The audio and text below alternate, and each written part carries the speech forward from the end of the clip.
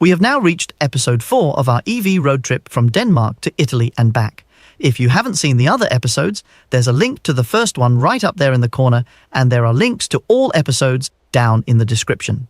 Today, we're going to drive the last stretch to our final destination, namely from Bregenz here in Austria and down to Stresa in northern Italy. It's a trip of about 280 kilometers, so the shortest stretch so far, but probably also with some mountain driving.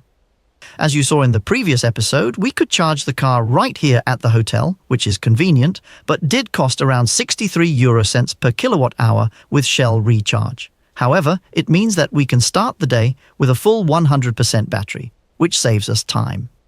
Whether that's enough to get us all the way the 280 kilometers to Stresa, well, we'll have to let the car tell us. So I'm just trying to go in and find our destination on the navigation system. I've saved all our hotels in Google Maps, so I can just select them to make things easier for us on this trip. Now I'm choosing our hotel in Stresa.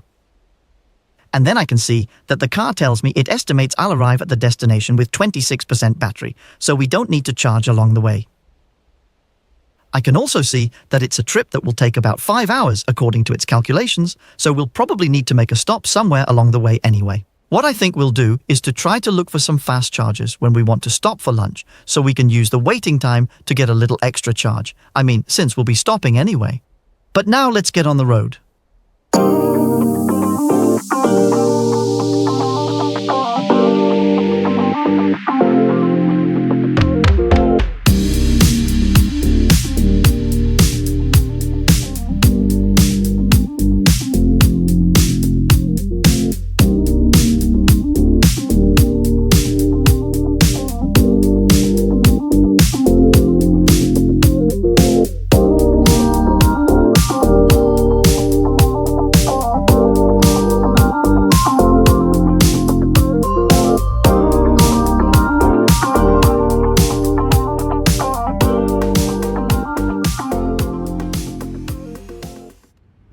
It's now 20 to 2 and we've made our lunch stop because we want to get something to eat before we continue our journey. We still have 45% charge on the battery and we only have 78 kilometers left before the destination, but it will still take about an hour and 35 minutes because most of it will be on small mountain roads, just as today's trip has been up until now. But the cool thing about driving an electric car in the mountains is that you actually get some of the energy you use when driving up, back when you're driving back down. That's because the car uses regenerative braking, so when reducing the speed down the mountain, you get some energy back. And that's the reason why so far we have only had a consumption of 14.2 kilowatt hours per 100 kilometers, despite the fact that we have driven over a mountain. Now we'll charge the car while we have some lunch, and then we will drive on afterwards. And we're back from lunch. This was probably the fanciest motorway stop I have ever been to in my entire life. There were all these stalls filled with delicious fresh produce, and you could choose from all sorts of different types of food. It looked like a food market, or food court of some sort. Amazing.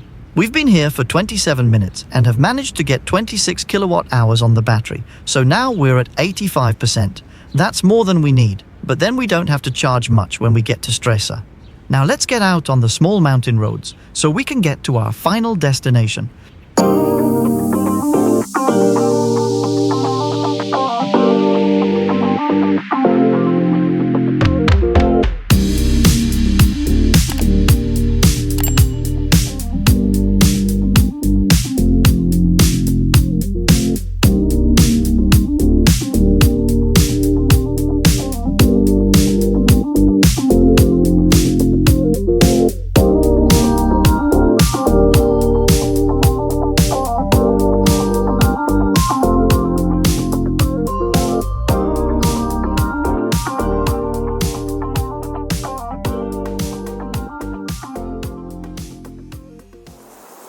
We have arrived in Stresa. Super nice place.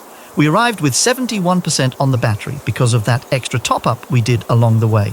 But this just means that we will have plenty of power if we want to drive out a bit and experience the area. We are staying here for 8 days, so we also have plenty of time to charge the car before we go home if we need to. There are a few city chargers around, and the hotel here even has a Tesla destination charger, so charging should not be a problem.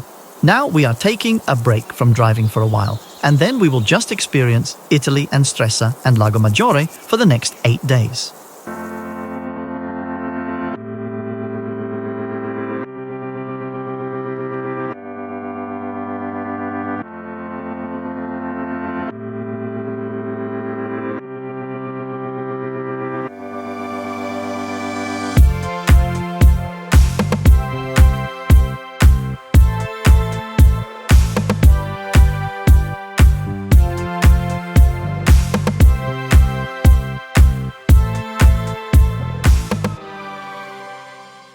I'm just going to break in here with a little service announcement because as you've probably noticed, in each episode, I've made a little montage with clips from the places we visit. And the reason I've done it is so that, like us, you also get the opportunity to experience a little more than just highways and charging stations.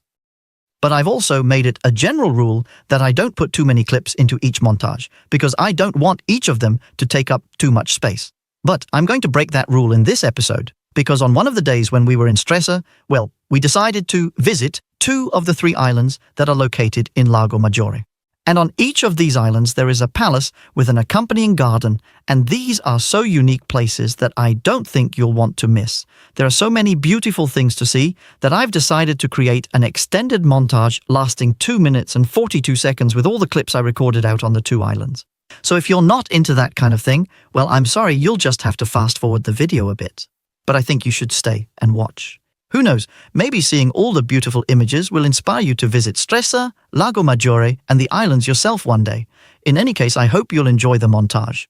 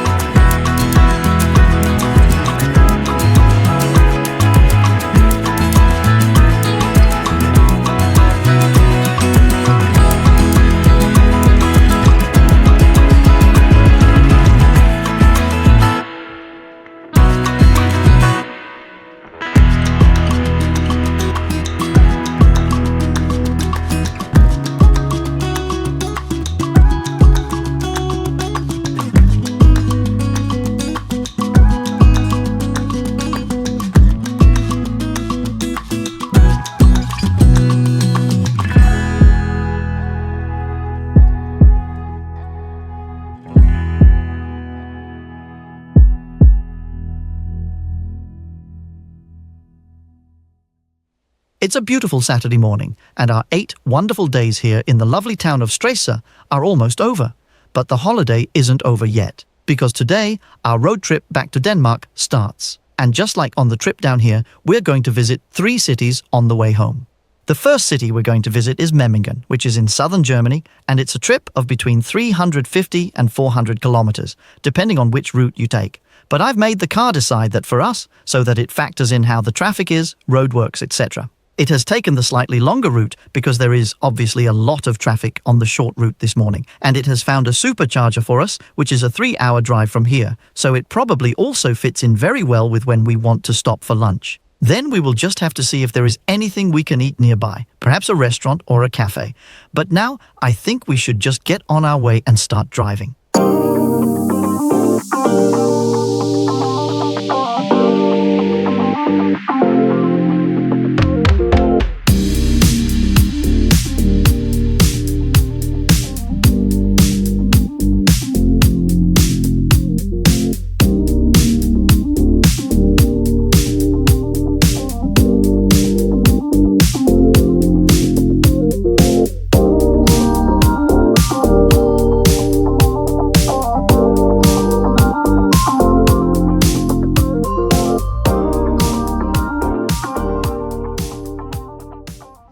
have arrived at our charging stop.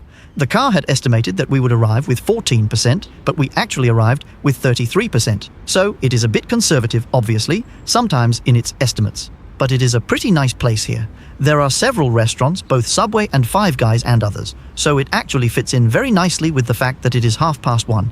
This means we can have some lunch and also get plenty of charge while eating. The car recommends that we charge up to 88%, probably because it wants us to have 30% when we get to our destination. Maybe we'll end up charging more than that, but then we'll just have the extra buffer. Now I'll plug in, and then we'll have some lunch and a well-deserved break. It's been 53 minutes, and the car is at 99%, so now I'll stop the charging so we don't have to pay a blocking fee here at Tesla. We haven't actually had lunch yet, because we had something else to do first, which took a bit of time. It's always exciting when you drive to a supercharger, wondering where it's located, because you never really know what to expect until you arrive. Not all of them are located in a particularly exciting location. For example, the last one we visited, it was in a parking lot at a discount supermarket, and there wasn't much else around. But it turns out that this one is very different. Right over there, there's actually a whole outlet city with lots of stores with all kinds of branded goods that we, of course, had to take a look at. It could potentially have been a really expensive charge, but I think we dodged the bullet. So now I'm going to stop the charging so we don't have to pay those blocking fees, and then we'll have to spend some extra time to actually get that lunch. This means our stop here will be a bit longer than planned, but that's perfectly fine. After lunch, we'll continue our drive towards the city of Memmingen, looking forward to what awaits us there.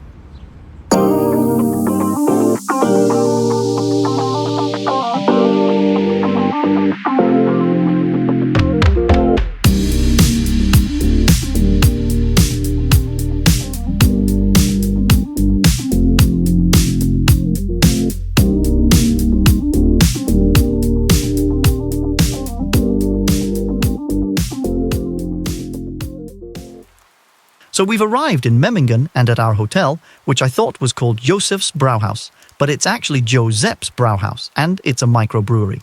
It looks like a very cozy place, and as an added bonus, it turns out they are also showing the European Championship football on a big screen every evening. It looks like it's outside, and it's a bit rainy right now, so we might have to sit under the canopy over there to stay dry. But I mean, European Championship football and home-brewed beer, that doesn't sound too bad for an evening in Memmingen. But now we're going to go and see what else the city has to offer.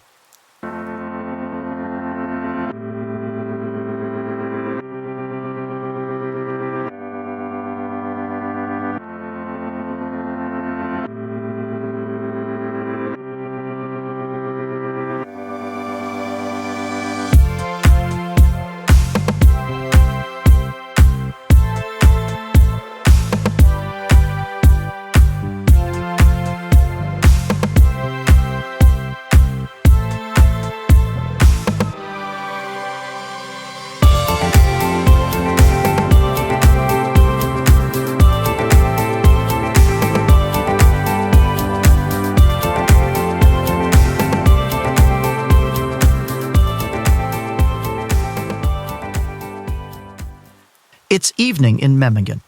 There's football on the big screen and cold beers from the microbrewery on the table.